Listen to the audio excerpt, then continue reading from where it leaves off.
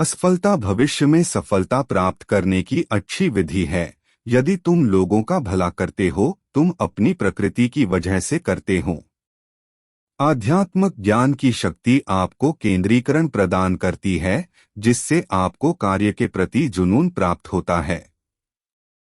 आध्यात्मिक ज्ञान आपकी अंतर्ज्ञान शक्ति, मौलिक शक्ति और संवाद क्षमता को बढ़ाता है।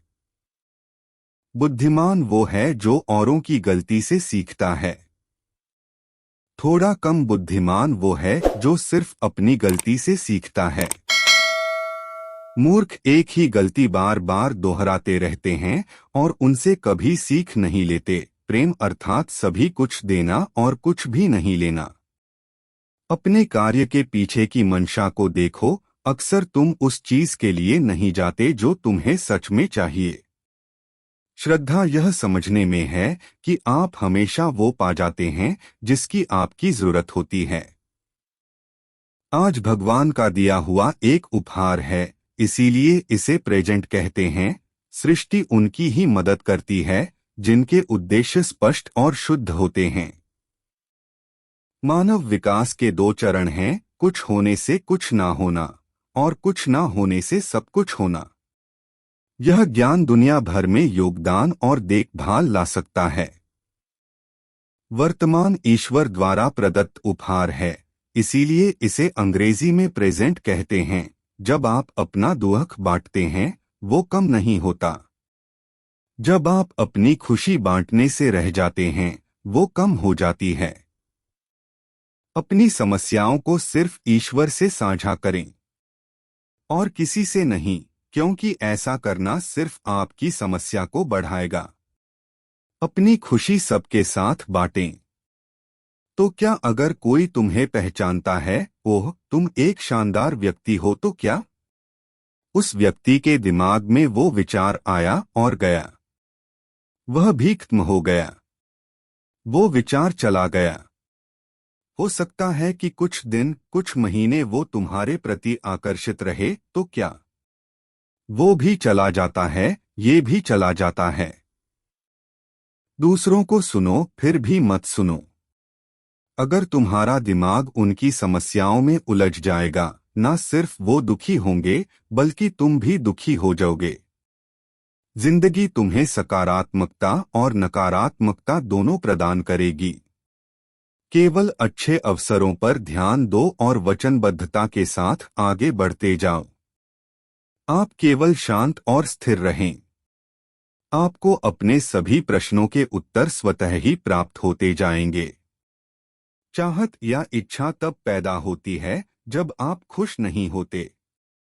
क्या आपने देखा है, जब आप बहुत खुश होते हैं तब संतोष होता है। संतोष का अर्थ है कोई इच्छा ना होना। सफलता के लिए बेचैन मत होइए। यदि आपका लक्ष्य साफ है और आप में आगे बढ़ने का धैर्य है, तो प्रकृति भी आपकी मदद करेगी। जीवन ऐसा कुछ नहीं है जिसके प्रति बहुत गंभीर रहा जाए। जीवन तुम्हारे हाथों में खेलने के लिए एक गेंद है। गेंद को पकड़े मत रहो।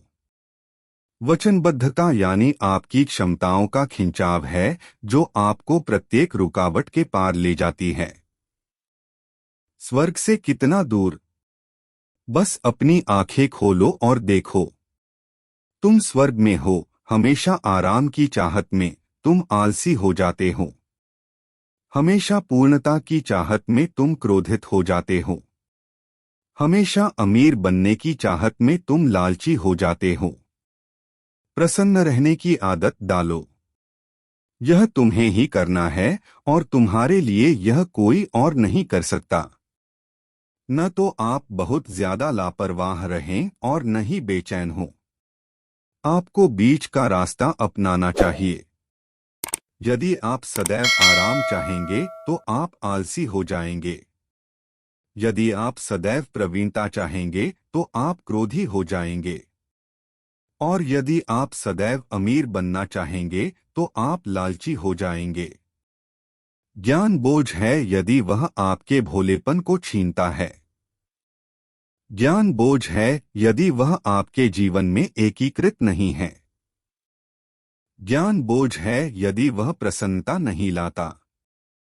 ज्ञान बोझ है यदि वह आपको यह विचार देता है कि आप बुद्धिमान हैं। ज्ञान बोझ है यदि वह आपको स्वतंत्र नहीं करता। ज्ञान बोझ है यदि वह आपको यह प्रतीत कराता है कि आप विशेष हैं।